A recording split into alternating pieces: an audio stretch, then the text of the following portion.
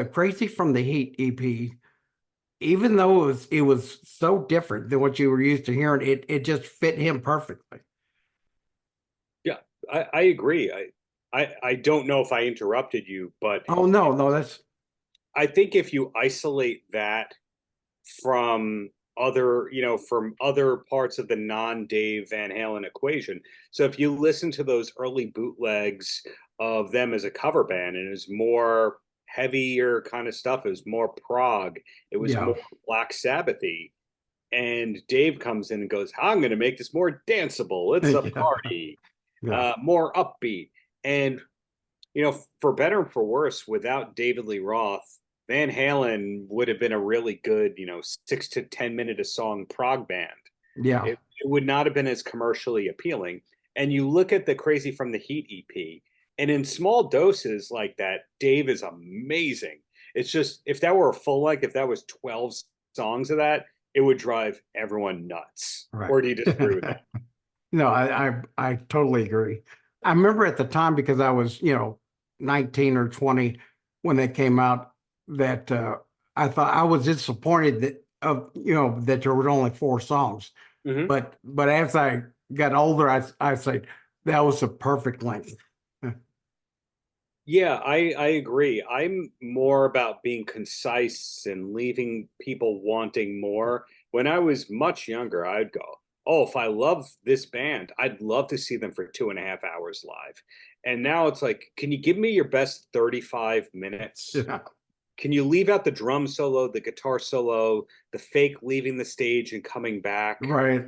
Can you get rid of that stuff? The banter, the everybody clap your hands, 2 minutes, sing along. Can you just ditch that and do like 8 to 11 amazing songs and then we can leave?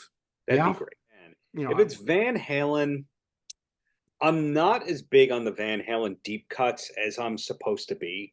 Like when people talk about how much they love In a Simple Rhyme, I go, no, you don't. You're just trying to pretend you don't like In a Simple Rhyme.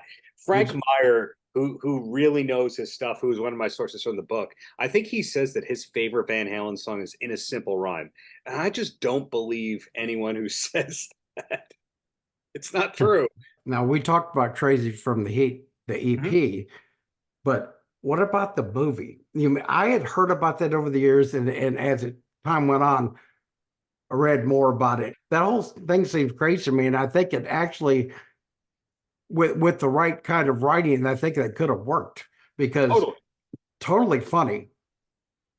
Totally. If it had an editor, Yeah, I think that almost every good thing that David Lee Roth has ever done had an editor or a co-writer or a producer who helped reel it in.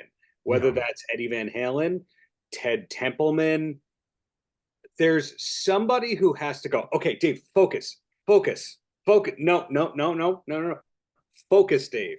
And once you have that, Pete Angelus was another one of those. Eddie Anderson worked for Dave, but arguably was good at that kind of thing. When he has somebody who can get him to focus and be concise, it's great. Now, I don't know if the script that's floating around, because there's so much conjecture and like this person said it and that person said it, so it's true, that I don't know if the script that everyone has of Crazy from the Heat, the movie, is the real final one they were going to shoot on, or just people got lazy and went, yeah, good enough. If that if that was the final script, there's a lot of stuff you would have been canceled for. That's I thought I knew a lot, about him, but I had no idea. I read this in the book. No idea that Eat 'Em a Smile was initially recorded to be the soundtrack to that movie. I had no idea that they were connected at all. He's never confirmed that. But when you look through the script and it says Shy Boy plays Hmm. here, and you go, wait, how did they know that Yeah. Shy Boy? So that was one hint. Another thing is when I asked Dave Jellison, who is one of my sources in the book, who worked with Van Halen from I think 82 through Dave in like 87, 88. He's now a real award-winning director. And I don't think anybody knows that he worked with Dave. And he's like, oh, you want to talk about it? Yeah. What do you want to know? And after we did our interview, I would come back to him and go, Dave, I got a question off the record. that kind of a thing. And he remembers everything because he was, pretty much sober. He was the one guy in Rat and the one guy around Van Halen that was sober, it seems like. But long answer for you. He thought that it was supposed to be that. And then did you ever see the internal document that's leaked about the final shows with Dave from 85? No. It's this bootlegged but looks legitimate, authentic thing about how Dave wasn't really supposed to leave Van Halen. It was supposed to be like a stunt or so that he was going on to do that stuff, do these big shows at the Rose Bowl that brought in millions of dollars, and then be back in a couple of years. Somehow the message got lost. I related it in a way to like, are you a Weezer fan or were you a Weezer fan? Somewhat, yeah. So the bass player who was on the first two records, Matt Sharp, who a lot of people kind of think was the soul of the band, in Weezer downtime, he started this band called The Rentals. And The Rentals toured with the Chili Peppers, and they had a major label deal of their own, and they did stuff. And when Weezer was regrouping, he didn't get the call. And he's like, I didn't quit the band. What? That's what I think happened with Dave, that other people were interpreting it as, oh, he's out.